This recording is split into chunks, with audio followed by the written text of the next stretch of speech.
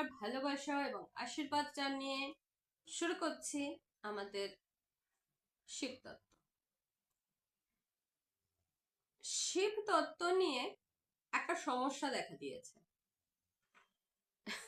যেহেতু এটা বাংলায় চলছে, আহ কিছু কিছুটা দুষ্টুমিও ঠিক কথা, তার কারণ এটার সম্পূর্ণ ট্রান্সলেশন চলে সিসিতে, ইংরেজিতেও চলে। যারা হিন্দিতে দেখতে চান হিন্দিতে পেয়ে যান, কিন্তু তাদের মন পড়ছে না।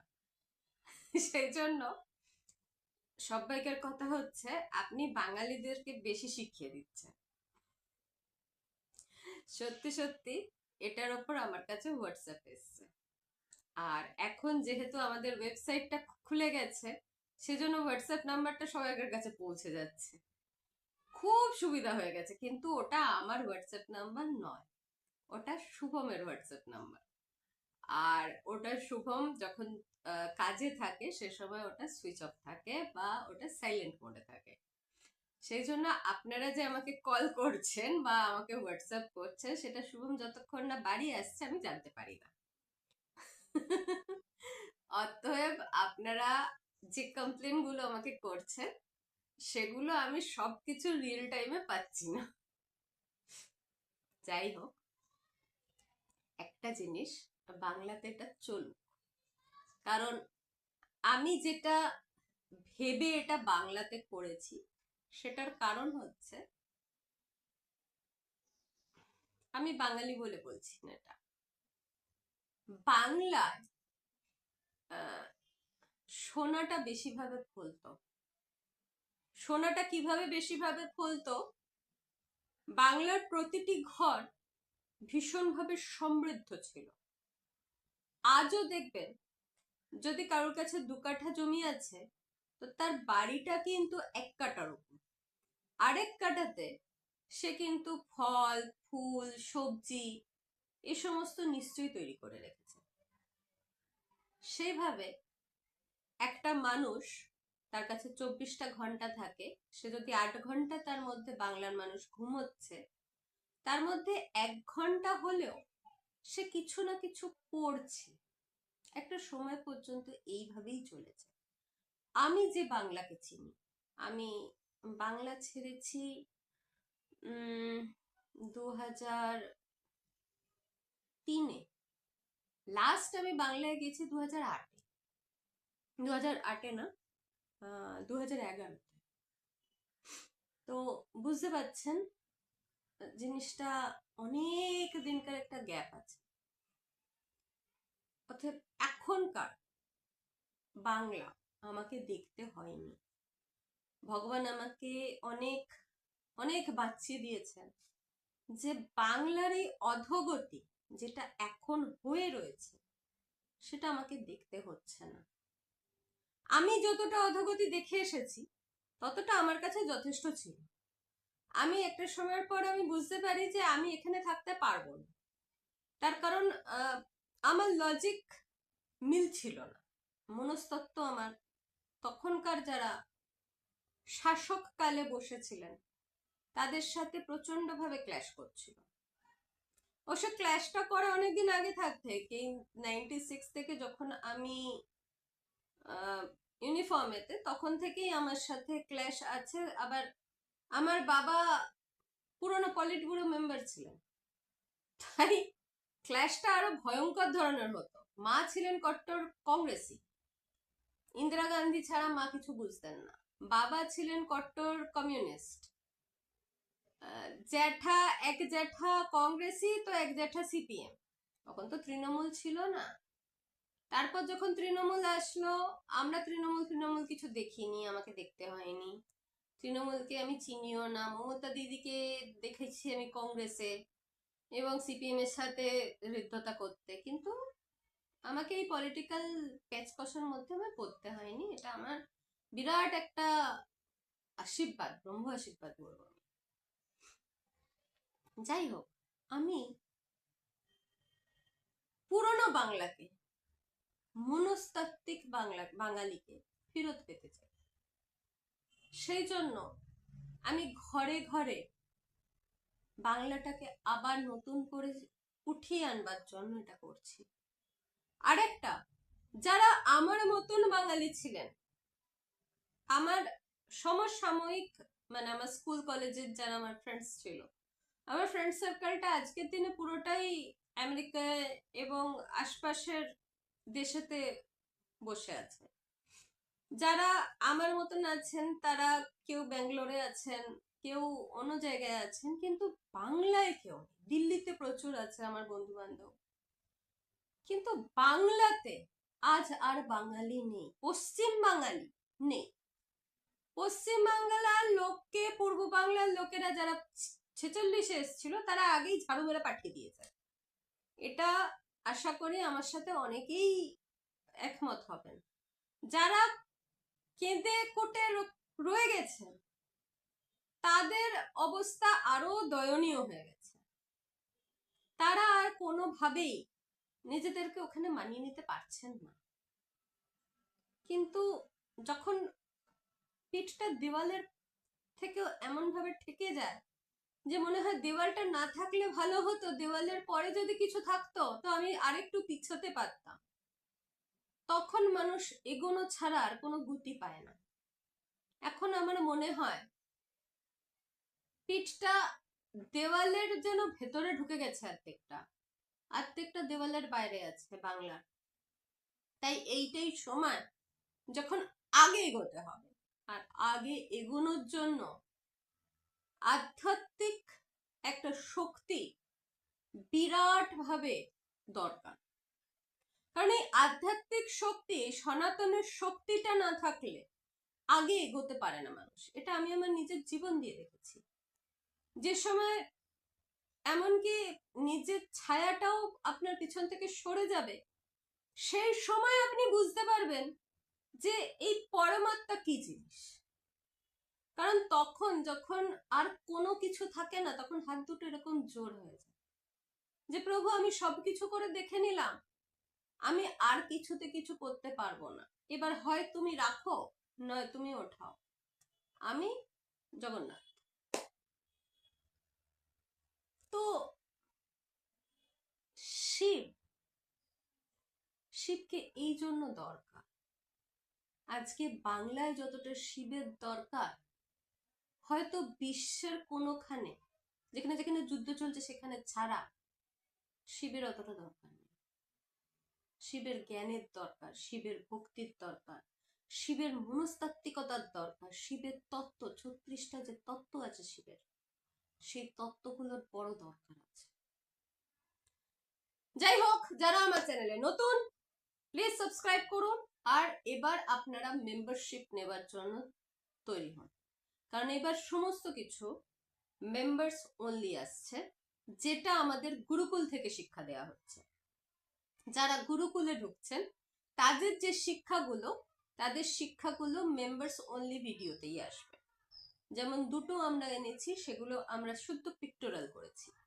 এরপরে যেগুলো আসবে এই ধরনের লেকচার্স আসবে, হিন্দিতে আসবে, কিন্তু সেগুলোতে সাধনা মার্গের বিভিন্ন ছোট ছোট জিনিস যেগুলো বিরাট বড়ভাবে কাজ করে, তন্ত্রের, শিবতত্ত্বের, কারণ সমস্তটা একই।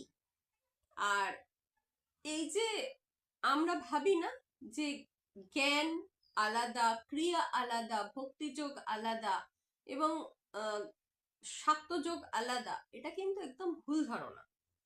আমি প্রভুকে যেভাবে পেয়েছি, আমি কিন্তু সমস্তটা এক করে একটা খিচুড়ির ডালার মতন মুখেতে ডালবার পর তারপর পেয়েছি। আমাকে জ্ঞানের পথেও চলতে হয়েছে, আমাকে তন্ত্রের পথেও চলতে হয়েছে, আমাকে ক্রিয়ার পথেও চলতে হয়েছে, আমাকে অদ্বৈত মানে এমন ভাবে ঢুকে বসতে হয়েছে যাতে অদ্বৈত গুলে খাওয়া যাকে বলে, আমি সেটা করেছি। তবে গিয়ে আমি বুঝতে পেরেছি, আমি ভক্তিতে একটা সময় এমন লীন ছিলাম যে চোখটা বন্ধ করলে শুধু চোখে জলই পড়তো, আমি কোনো কথা বলতে পারতাম না। আজকেও আপনারা যারা আমাকে বলেন না রাম বা কৃষ্ণের জন্য কেন আপনি কিছু বলেন না, কারণ আমি কেঁদে ফেলবো, আমি নিজের চোখের জলটাকে ধরে রাখতে পারবো না। কারণ যদি কাউকে কোনোভাবে এক্সপ্লয়েট করা হয়ে থাকে, কোনো ভগবানকে বা কোনো ভগবানের কোনো অবতারকে যদি এক্সপ্লয়েট করা হয়ে থাকে, তাহলে আমার ভাইটাকে এক্সপ্লয়েট করা হয়েছে।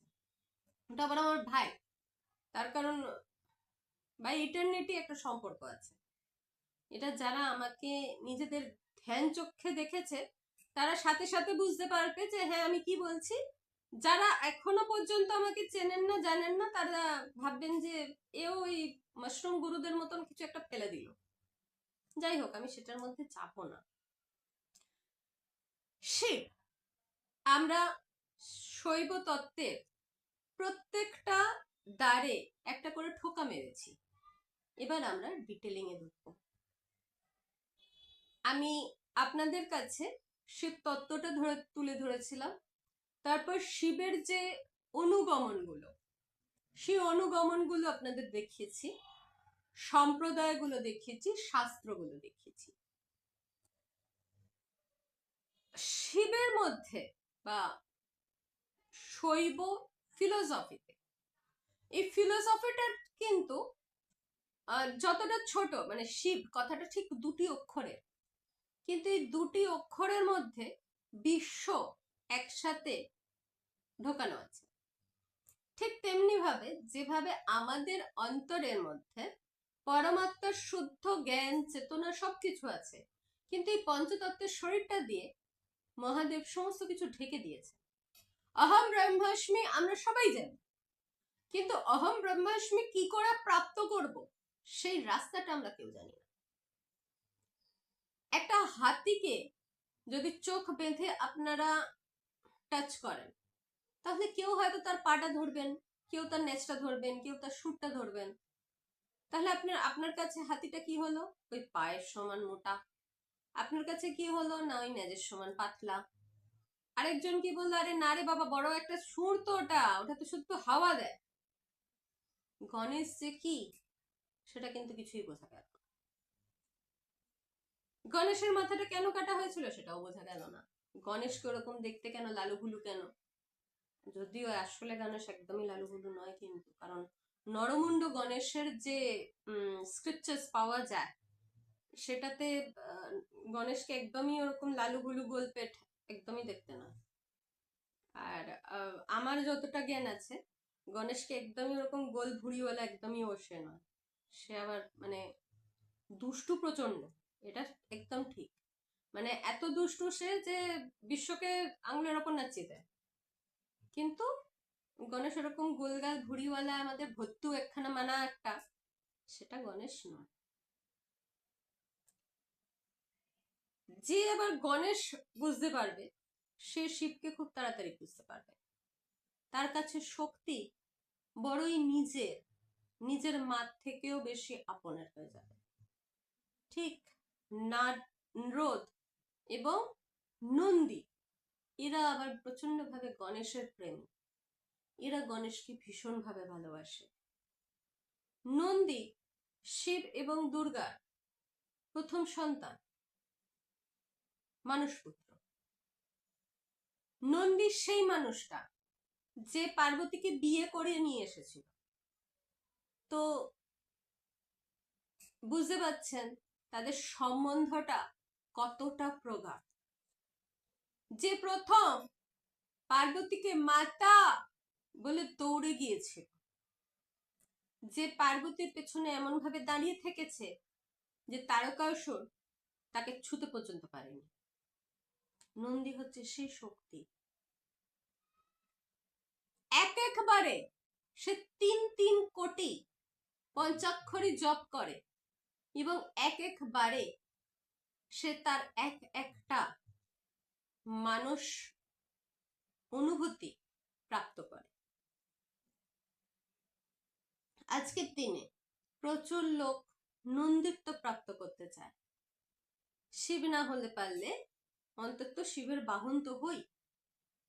শিবের বাহন হবার জন্য ৩ কোটি ওম নমঃ শিবায়ের জপ পূর্ণ হওয়ার দরকার। কিরম ভাবে? ১ কোটি পৃথিবীর ওপর, ১ কোটি জলের তলায়, আর ১ কোটি অগ্নিতত্ত্বের ওপর করতে পারলে নন্দিত্ব প্রাপ্ত হয়। কেউ করতে চাইলে চলে আসো আশ্রমে, নিশ্চয়ই করিয়ে দেবো। একজন এসেছিল, সে পেরে ওঠেনি। এই যে শিবের যে ফিলোসফিটা, এই ফিলোসফির মধ্যে যেরকম ভাবে 36 তত্ত্ব কাজ করে, সমানভাবে সাংখ্য কাজ করে, সংখ্যা তত্ত্ব সমানভাবে একটা অদ্বেদী সমর্থনযোগ্য একটা অদ্বেদীয় ভাবনা কাজ করে।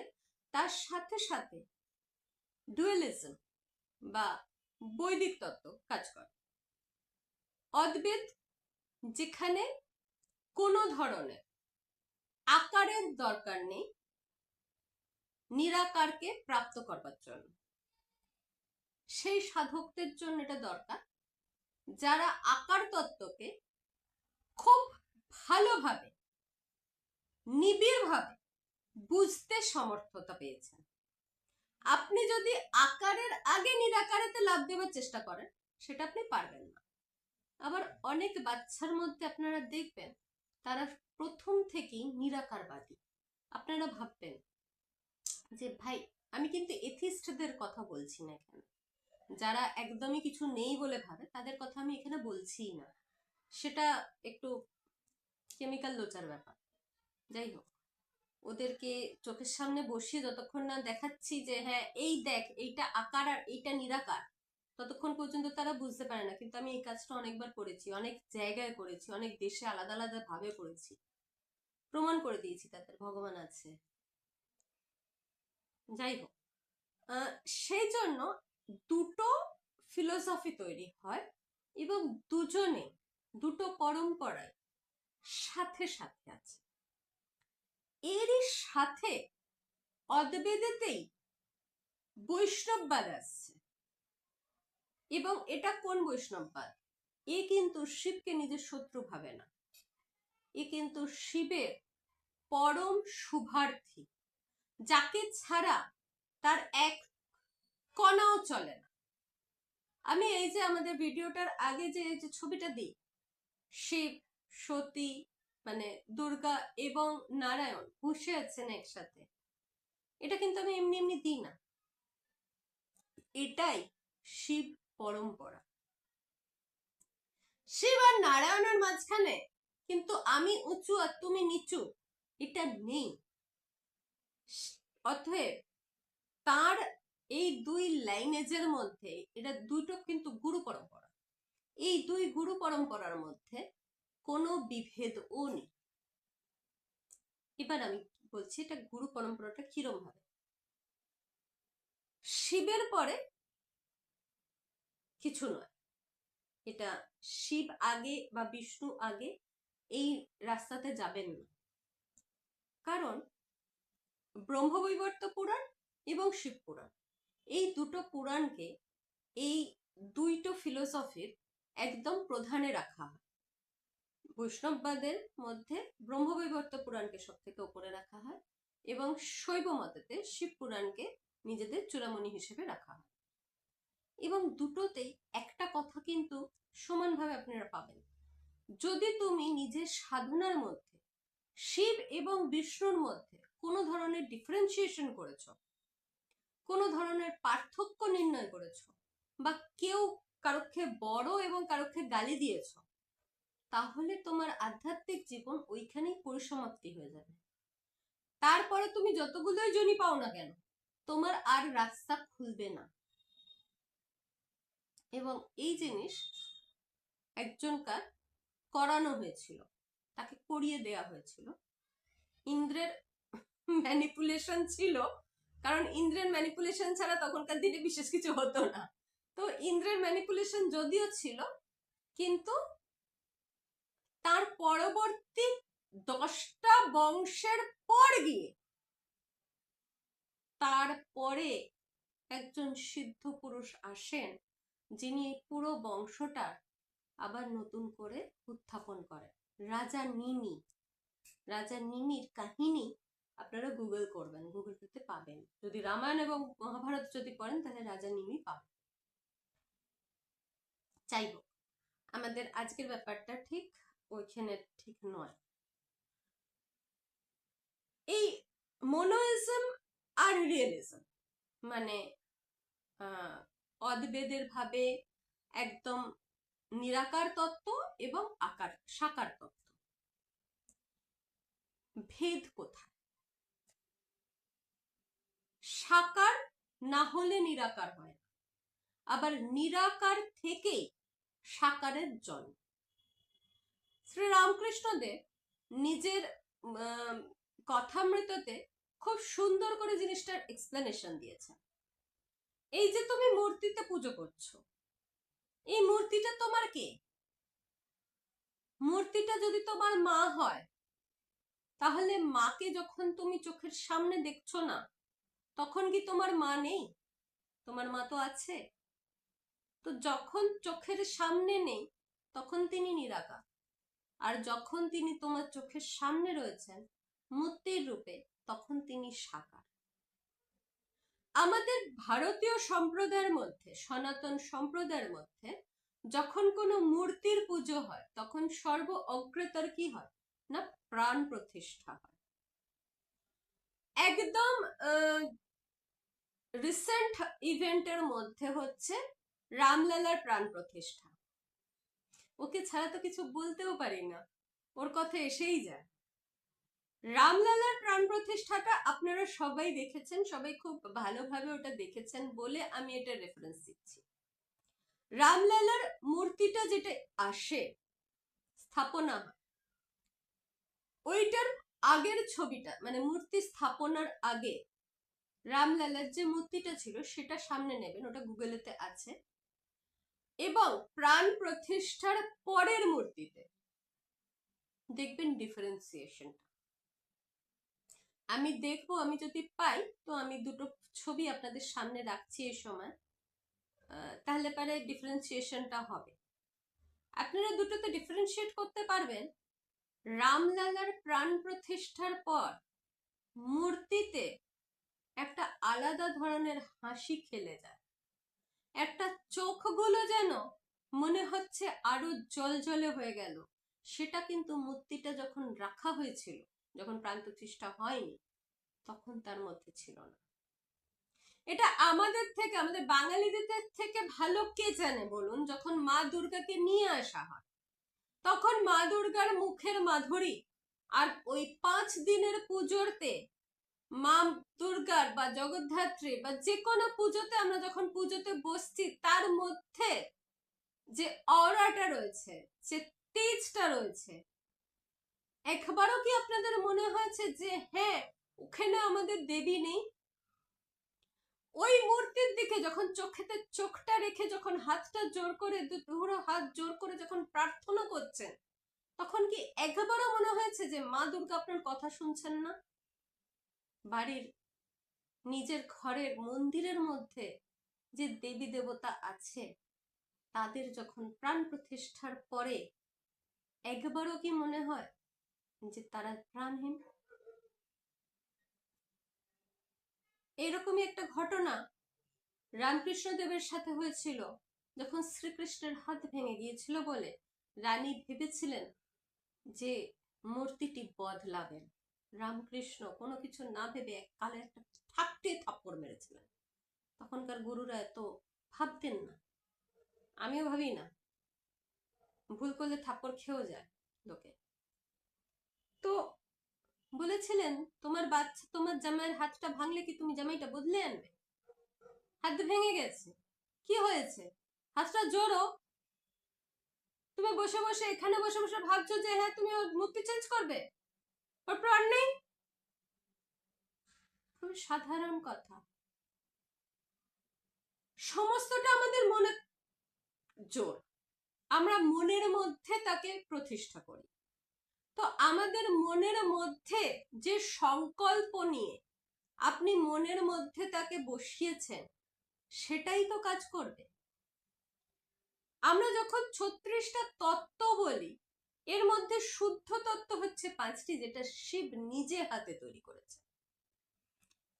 সেটা কিরম ভাবে তৈরি না, শিব নিজের মনস্তত্ত্ব দিয়ে তৈরি করেছেন। আমরা যদি ওই 9,000 বছর, 10,000 বছরের হচ্ছে কাহিনী। তো এই 10,000 বছরের পিছনে যদি আমরা চলে যাই, তো এই 10,000 বলবো না আমি, তার কারণ হচ্ছে 10,000-এর মধ্যে এই 1,000 বছর আপনি এক্সক্লুড করে দিতে পারেন, কারণ ওই 1,000 বছরেতে শুধুমাত্র শিব, দুর্গা, শিব, ব্রহ্মা আর বিষ্ণুই ছিলেন, এছাড়া আর কেউ ছিলেন না। তারপরে আস্তে আস্তে অন্য দেবতাদের সৃষ্টি হয়। তো শিব যে তত্ত্বগুলো, শিব তত্ত্বগুলোকে যেগুলোকে বলা হয়, সেগুলোকে 5টা তত্ত্বকে একদম পিওর বলে জানা হয়, বা শুদ্ধ তত্ত্ব বলে জানা হয়। শুদ্ধ তত্ত্ব কেন না, এখানের মধ্যে এটা কিরম ভাবে আর কি, মহামায়া যখন নিজের শুদ্ধতাকে ডিভাইড করছেন, আস্তে আস্তে ভাগ করছেন, নাহলে ভাগ না হলে পারে তো সৃষ্টি হবে না। তো 9,000 বছর আগে যখন এই সৃষ্টির স্রোতটা তৈরি হয়েছে, মহামায়া একটু একটু করে নিজের একটা সৃষ্টি তৈরি করছেন, সেই সময় শুদ্ধ তত্ত্ব, শুদ্ধ এবং অশুদ্ধ তত্ত্ব, এবং অশুদ্ধ তত্ত্ব, বা এগুলোকে মায়া নামেও পরিচিত করা হয়। এইরকম ভাবে 5টা শুদ্ধ তত্ত্ব, তারপর 7টা, তারপর 24টা আরো তত্ত্ব আসে। তো যে শুদ্ধ তত্ত্বগুলো, এগুলোকে বলা হয় শিব তত্ত্ব। এইগুলো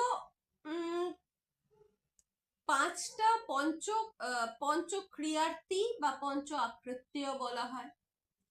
এগুলো কি কি?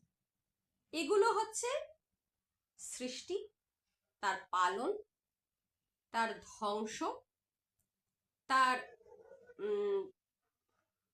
পোষণ এবং পরমাত্মার ঔদার্য। তো এইটা হচ্ছে পঞ্চকৃত্য, 5টা এমন কাজ যেটা শিব শুদ্ধ তত্ত্বের মাধ্যমে করে থাকে। এগুলোকে শুদ্ধ তত্ত্ব এই জন্য বলা হচ্ছে যে শিব নিজের হাতে এগুলোর সৃষ্টি করে। শিব বা নাদ তত্ত্ব মানে প্রথম যেখানে উচ্চারণ আসছে, এর আগে পর্যন্ত কিন্তু মৌন, এর পরেও মৌন আসবে, কিন্তু এই পর্যন্ত মৌন। শিবে আসলে তারপর নাদ আসে। জ্ঞানে যখন পরাকাষ্ঠা আমরা প্রাপ্ত করছি, সেই সময় গিয়ে সম্পূর্ণ শূন্যতা আসে। শূন্যতার আগে পর্যন্ত নাদ আছে, অহংকার বোধ আছে, শব্দের বোধ আছে, গন্ধের বোধ আছে, স্পর্শের বোধ আছে। তো এইগুলো হচ্ছে ইচ্ছা, জ্ঞান এবং ক্রিয়া। এই হচ্ছে শিব তত্ত্ব। এবং এর যে সমস্ত কাজ, সেটা হচ্ছে সম্পূর্ণভাবে আপনার কনসিয়াস স্টেটে, সাবকনসিয়াস, আনকনসিয়াস স্টেট নয়। এটা হচ্ছে সম্পূর্ণভাবে শুদ্ধ চৈতন্যের যে স্টেজটা, সেটা হচ্ছে শিব তত্ত্ব। মানে আপনি মায়া তত্ত্বের উপরে চলে গেছেন। তারপরে কি আসছেন না শক্তি।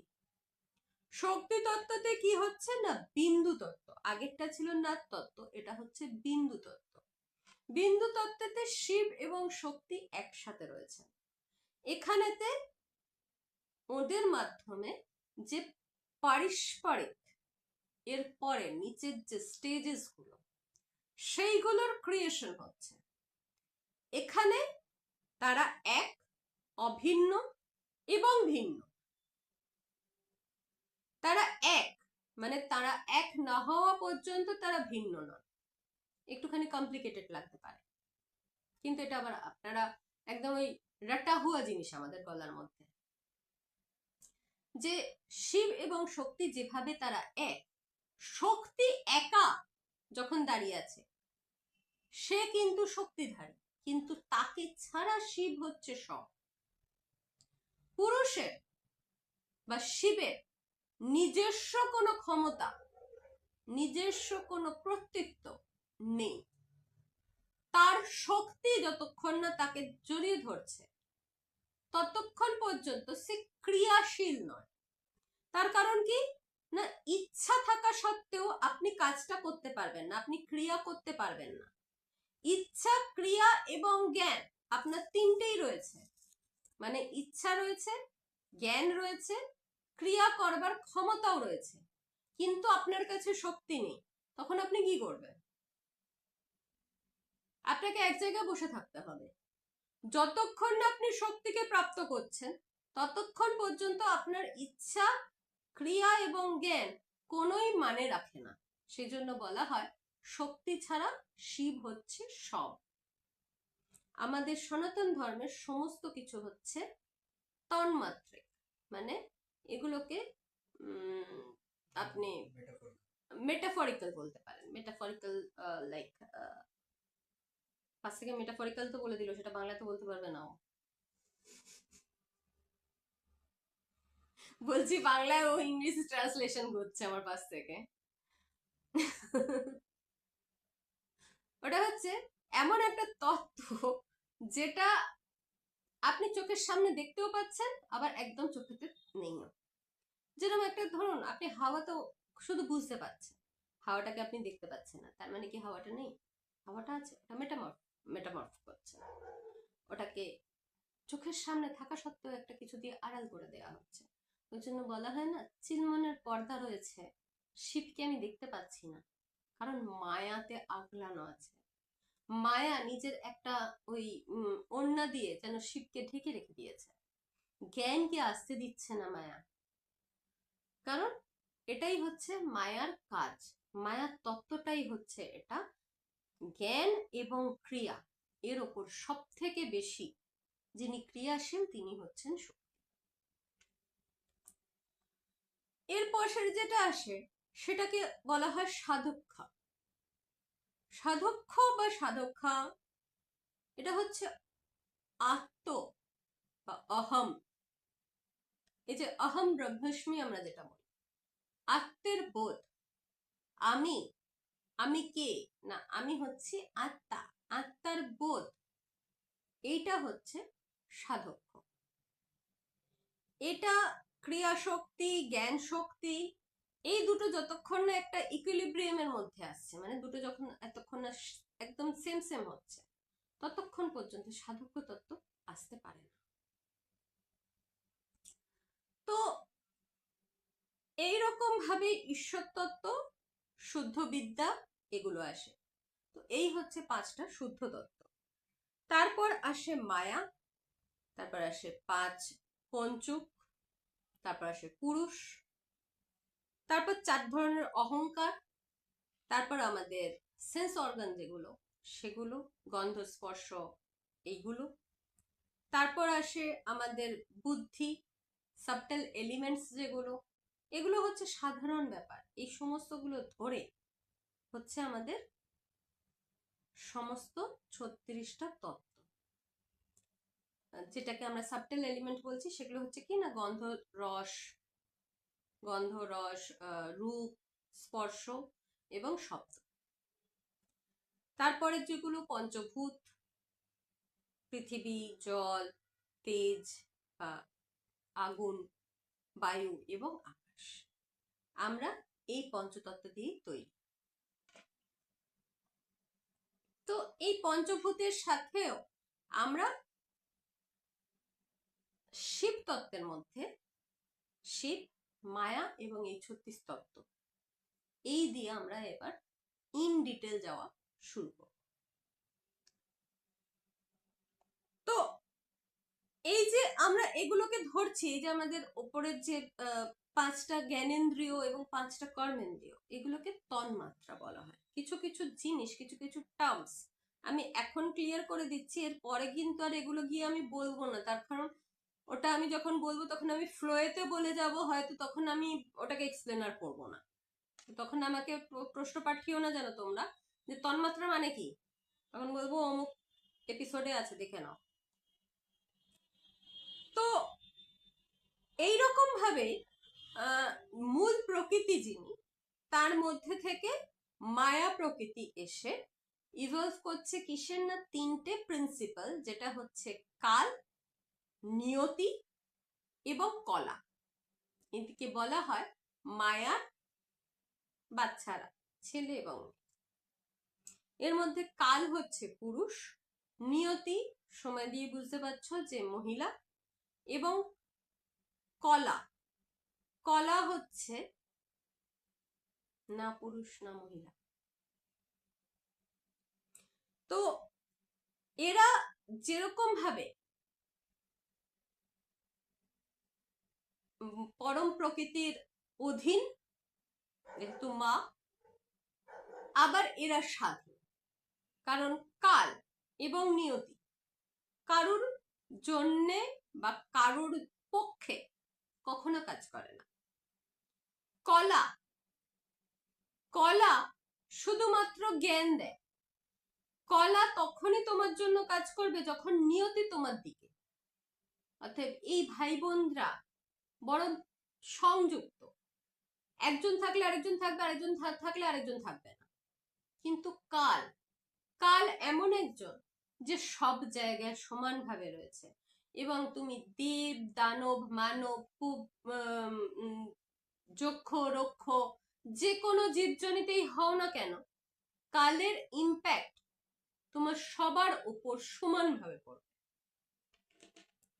তো এই সাথে আসে মূল প্রকৃতির কারা না বিদ্যা এবং রাগ, এরা আবার পুরুষ তত্ত্ব। তো এই যে প্রিন্সিপালস হলো, এই প্রিন্সিপালসটা শিব নিজের পঞ্চমুখ দিয়ে স্থাপনা করে পঞ্চভাগে বিভক্ত করে দেন। নিজেকেও তিনি পঞ্চভাগে বিভক্ত করেন, যার মধ্যে থেকে যে ঈশ্বর বা শুদ্ধ বিদ্যার যে পোর্শনটা, সেটাকেই বলা হয় নারায়ণ তত্ত্ব। তো আপনারা বুঝতে পারছেন শিব তত্ত্বের মধ্যেই নারায়ণ তত্ত্ব রয়েছে। বৈষ্ণববাদের আধার হচ্ছেন নারায়ণ তত্ত্ব।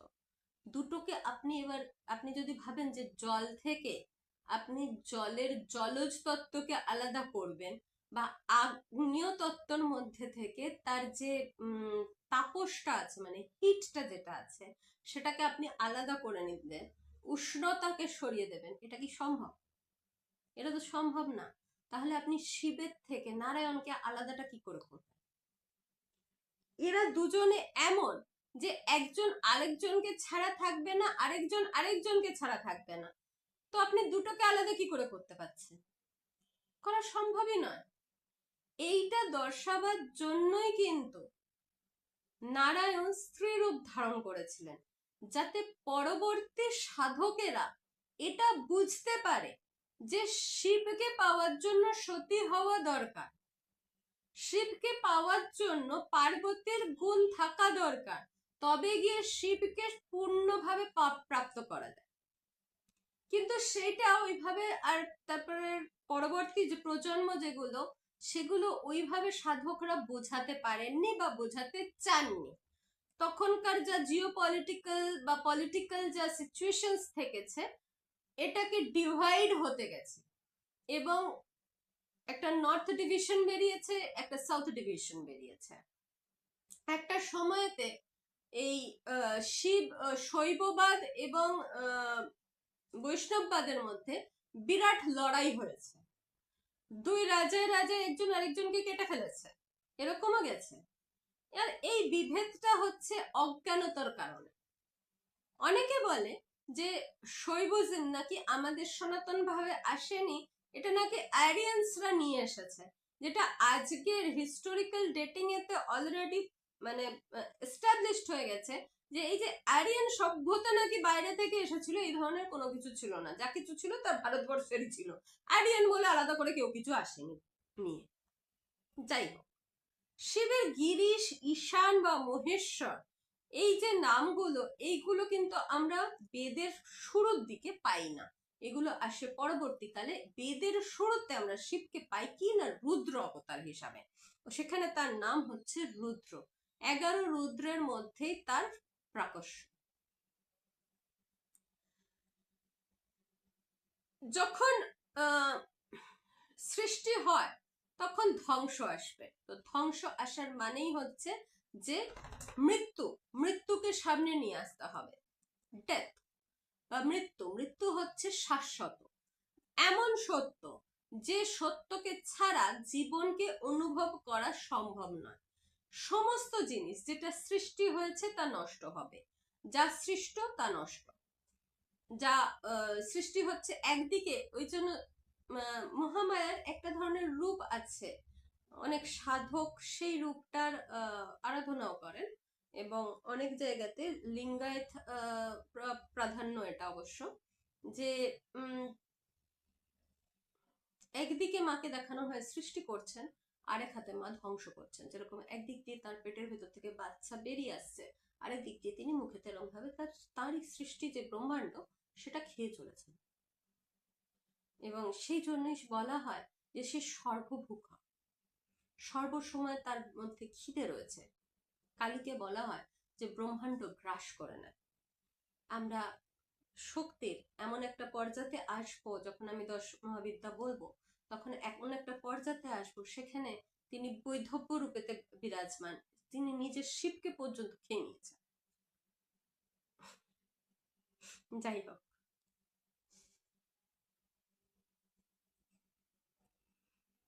শিব খেতে না দিলে পারে কি করবে? বা বর যদি খেতে না দেয় বউ কি করবে? শিব কি খেয়ে নেবে?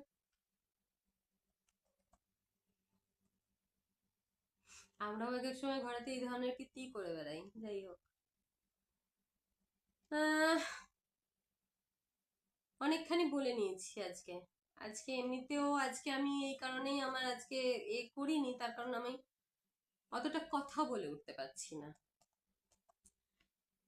এই যে আরেকটুখানি খালি বলে দেব যে শৈবইজমের মধ্যে অনেক বিভেদ পাবেন, আবার শিব, বিষ্ণু এবং কালীকে আলাদা আলাদা করবার অনেক ধরনের প্রয়াসও পাবেন। কিন্তু এই ত্রিশক্তিকে যদি কেউ আলাদা করবার চেষ্টাও করে, মহামায়া তার উপরে এমন মায়া ফেলে, সাধক এর থেকে সর্বদা সর্বসময় নিজেকে বাঁচাবেন। আপনি আপনার ইষ্ট রাম, না আপনার ইষ্ট নারায়ণ, না আপনার ইষ্ট শিব বা কালী, এর কিন্তু কোনো মানে নেই। সাকারের পরে আসে নিরাকার, এবং সাকারের মধ্যে দিয়ে নিরাকার তত্ত্ব বা নিরাকার জ্ঞান কাজ করে। আমি যেটা বাংলায় বলতে বসেছি এটা এই কারণেই বলছি যে আকারের মধ্যে দিয়ে গিয়ে নিরাকারকে দেখো, তবে ওই শূন্যের পরের যে কাহিনীটা সেটা স্পষ্ট হবে, সেটা বুঝতে পারবে। না হলে ধ্যান আর জ্ঞানের কোনো তারতম্য থাকবে না। তাই আমি শিবের আর আমি রামের এই যুদ্ধটা বন্ধ করো।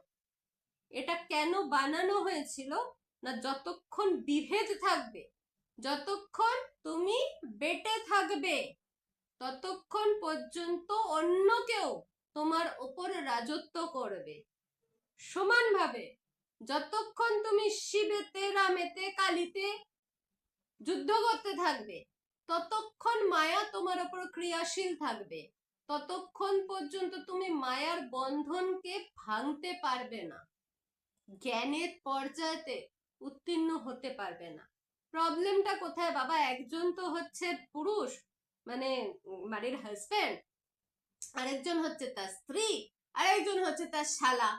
তো ভগ্নিপত বোন আর শালার মধ্যে কোন তোমাদের ডিফারেন্সটা হয়, এটা তো আমি বুঝতে পারি না। একজন এসে আমাকে বলবে আমি তো রামের ভক্ত, আমাকে শিবের মন্ত্র দিও না। ভাই, তোর কথা শুনে তো আমি তোকে মন্ত্র দিতে পারলাম না। তোর আত্মার মধ্যে থেকে যে মন্ত্রটা আসবে আমি সেটাই দেবো, যার জন্য আমি আগেও জানতে পারি না যে দীক্ষার সময় কার কি মন্ত্র হবে। আমি যতক্ষণ না তার পিঠেতে হাত রাখছি ততক্ষণ আমি জানতে পারি না সে মানুষটার আত্মার ভেতরে কোন মন্ত্রটা চলছে। গুরু, যারা ব্রহ্মবাদী গুরু হয়, তারা স্পর্শের দ্বারা কোনো একটা আপনার চক্রেতে আমি হাতটা রাখবো, তবেই আমি আপনাকে বুঝতে পারবো যে হ্যাঁ আপনার চক্র বা আপনার আত্মার মধ্যের মন্ত্রটা কি। ওটা ওই রকম অনলাইনেতে দেয়া যায় না। ওই অনলাইনেতে যে বিদ্যাগুলো পাও তোমরা, ওই জন্য ওগুলো কোনো কাজ করে না, আর কাজ করতে গেলে উল্টো পাল্টা কাজ করে। যাই হোক, এগুলো নিয়ে হচ্ছে ওই মায়া মায়া নিজের কাজ ততক্ষণ করে যাবে যতক্ষণ তুমি বিভক্ত থাকবে। যখন তুমি অবিভক্ত হয়ে যাবে, যখন তুমি এক জায়গায় নিজের ধ্যানটাকে নিয়ে আসতে পারবে, ধারণা প্রগাঢ় হয়ে যাবে, তখন ধ্যান নিজের থেকেই হয়ে যাবে। এটা তো বোধহয় বলে বলে আমার মুখে থেকে পড়ে গেল। যাই হোক, তোমরা সাবস্ক্রাইব করো। যদি মনে হয় যে হ্যাঁ মাকে একটু দয়া দক্ষিণা দেওয়া দরকার, তাহলে দক্ষিণা একটু পাঠিও। সুপার থ্যাঙ্কসটা খুব সুন্দর কাজ করে। আর ইউটিউব থেকে খুব ভালো রেসপন্স পাওয়া যায়, সেই জন্য দয়া করে একটু দক্ষিণাও দিও। আমাদের ওয়েবসাইটও শুরু হয়ে গেছে। কারোর যদি কোনো পুজো করানো থাকে, কারোর যদি কোনো সিদ্ধির কাজ থাকে, কারোর যদি কোনো এমন কোনো কাজ থাকে যেটা জ্ঞান বা শক্তির দ্বারা করা সম্ভব, আমার সাথে যোগাযোগ করো, আমি নিশ্চয়ই সাহায্য করব। কিন্তু এখানে একটা কিন্তু আছে। আমি যদি দেখি যে আমি এই কাজটা করার জন্য কালের নিয়তির মাঝখানে আসছি, সেই কাজ আমি গ্রহণ করি না। তাই আগে ওই নাম্বারটাতে হোয়াটসঅ্যাপ করে যোগাযোগটা স্থাপন করো বা ইমেলেতে আমাকে মেল করো। এর সাথেই আমি আজকের এপিসোড এখানেই শেষ করছি। যতই চেষ্টা করি না কেন, 8 ঘন্টার মধ্যে এপিসোড কমপ্লিট করা যায় না। তাই সবার থেকে বিদায় নিলাম।